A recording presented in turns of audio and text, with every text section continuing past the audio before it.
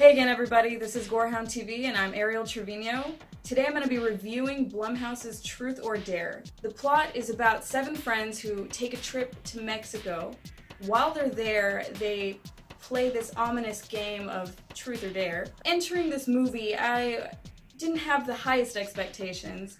First scene is a little shaky, the camera work definitely needed some sort of work.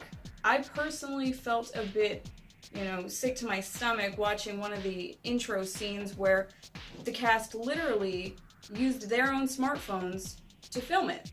At least that doesn't last too long and we jump right into meeting the characters. We get to find out who they are and what roles they're going to be playing fairly promptly. And trust me, they all fit the horror tropes to a T. You never forget that you're watching a horror movie when you're meeting these characters, trust me. And that's both a good and a bad thing. You definitely don't feel too remorseful when they die.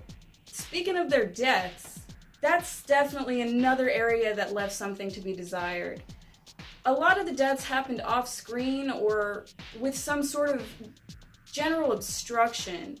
And I think that's Blumhouse's way of holding on to that coveted PG-13 rating. So a lot of the deaths, maybe if you're a casual viewer, you might find a little grotesque or at least creative, but any gorehound like us, we would know better. We know that, we want to see that guy's eye get stabbed. We want to see somebody get blown up. We want to see it right in front of us, and it doesn't really deliver in that aspect.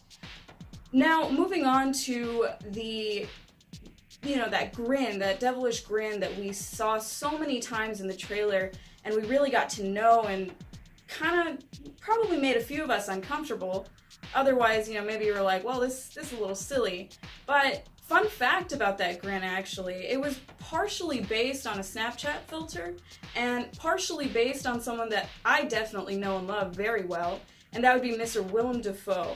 And I couldn't have thought of anybody better to do a creepy smile, really. Another great part about this movie, another great aspect, is the acting that we saw throughout the film. These kids, we haven't seen too much of a lot of them. Lucy Hale and Tyler Posey have already gotten the great honor of being killed by Ghostface in different screen mediums, so that's super cool. But a lot of the other actors we didn't really get to see in too much yet, or we haven't been able to see very often, and I do expect and I hope to see them because I think that they really, really did what they could with what they had. And although I don't think the screenplay or the dialogue really worked with the film, it did seem a little sophomoric at times, a little like, you're just talking to a 13-year-old, but I think that they did their best. So with all of these different aspects, taken into account, I had time to really look over it and see how I felt about it. And my advice to you is that you definitely take it with a grain of salt, maybe a shot of whiskey if you're into that sort of thing before you go see it. But if you like mindless teen screams, if you like to see some kids have a good time having a bad time, then, give this movie a shot. With that being my full review of Blumhouse's Truth or Dare, I would give it 2.5 gore pups out of 5.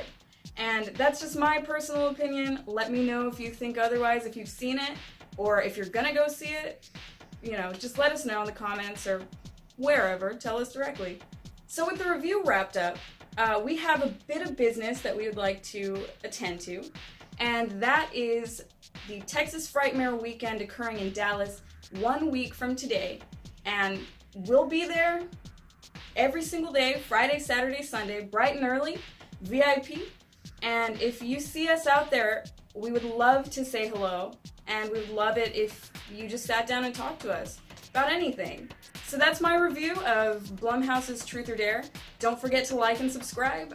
See you next week.